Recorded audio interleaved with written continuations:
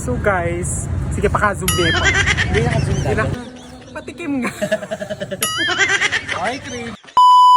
Hello guys! So for today's video, dahil ka-open lang ng Jollibee, ay sorry, McDo! McDo sa may bypass Pulilan. Pupunta kami doon and we're having a, anong tawag dito? Budget friendly. Budget meal kasi 100 lang yung mga pera namin. So we're trying to eat our dinner there. So pagkakasyahin namin yung 100 pesos. Kasama natin sila, Piolo. And of course, ayan, si Kapapango kasi nag-crave siya ng chicken na McDo. Oh, Kayo. sabi ko sa'yo, scripted to eh. Dapat umuoo ka na lang. Diyos ko, wala talaga siyang yung hindi siya masyadong aware sa mga nangyayari sa surrounding. So ayan, let's go! Tara na! We're here at McDo. So ayan mga Chi, ang current situation ng ating McDonald bypass, tignan mo, punong-puno. O diba, puno, paano ka pipila dyan? So guys, sige pa-zoom pa. Hindi naka-zoom ka. Hindi na kami dadiretso kasi wala namang space for a new people. Tapos ang hinahangad lang naman namin, itong 99 pesos.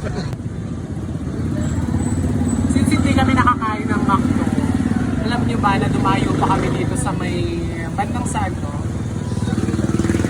Biglang awa. Biglang awa to.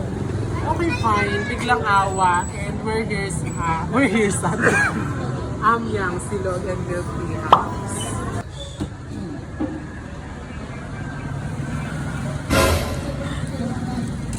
Kasarap. Ano reaction mo, Day? Ano masasabi mo sa nila? Sa soup nila? Galing sa Baguio, ginaganyan. Ang sarap. Yan. Ikaw, Day, ba't speechless ka? Ay, ako ba? Manamis. Walang alam naman. Pakasarap. Bakit walang laman? Ano yan? Appetizer. Nagmumura yung tongkatsu, yung pork tongkatsu nagmumura sa laki. Ay, ang laki. Hindi nila tinipid yung tongkatsu. Correct. Ang laki, mong yata yung kalderetang in order ko 2 piraso. 2 kilo. So far and near. For the price of 120. Okay lang. Masarap. So, parang feeling ko pang 120 to. Ay, pang 150. O din mo. Kasi nga, imagine 120. Kung kumain tayo sa McDo. Isang lang yan. Minsan, legs lang yan. Tapos, add 30 pesos per only rice. Or ako hindi ka naman nag-only rice. 120. Very good. Lechon kawal. Hindi sa akin. Lechon kawal. Oh, ang sarap. Thank you, Patikim. Ate Josa. Thank you. Patikim. Ay, craving satisfied. Alam nyo ba yung lechong kawali parang 1 month na niyang kinikrave. Dito lang pala namin mahanap kasi kadalasan ulam namin kangkong. Fried na kangkong, talbos, ganyan. Sarap naman yung soup, no? Bagoong tsaka kanin. Nag-level up yung nag-level up yung itlog ng pugo. pero malaki yung Hybrid yung itlog na bugo. marami din yung serving. Oo. Diba? No? Patikim mo. Ganun ka kaya maghili, no? Aray nung lola ko, mabubuo na yung baby. Kasi kulang pa siya sa kulang pa siya sa mga cravings niya. Okay. Yes! Saving satisfied na nun si Kapatang mo for today's video. Hindi na natin na una nang kumain. May ininom kasing maintenance, 10 tablets a day. Yung iba, 8 gig of RAM, tapos 12 gig of internal memory. Hindi yan, dito na yung in-order. French device. Uy, ang dami niya. Tignan niyo yung kaldereta. Ayan dinagdagan ni Madam Josa. Thank you. Ang dami na sir. Uy, maraming patatas. Walang patatas. Wala pa ba? Puro pork.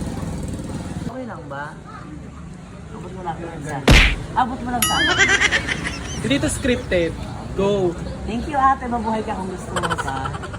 Aray, masarap ba? Tikman mo nga, hawakan mo nga yung ano, Ang sarap, sisig. puta. Ang sarap.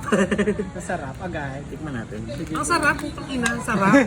Order ka pa ng isa. Kaya papalit ako. Ang sarap. Palit tayo. Beer, okay na. Going to try there. Uy, ang lambot. Hindi ko pa siya nakakain. Si Bimbi gusto niya to.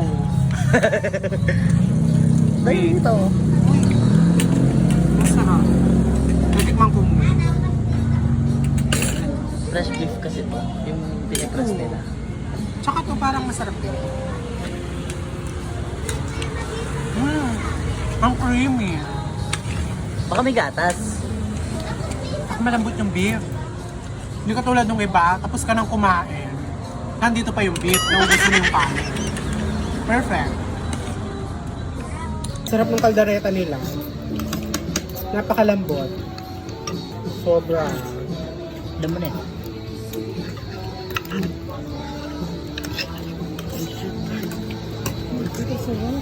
Yan yung beef pasta yan. Tawag niya yung pulis. Ang sarap. Tikman nyo kasi.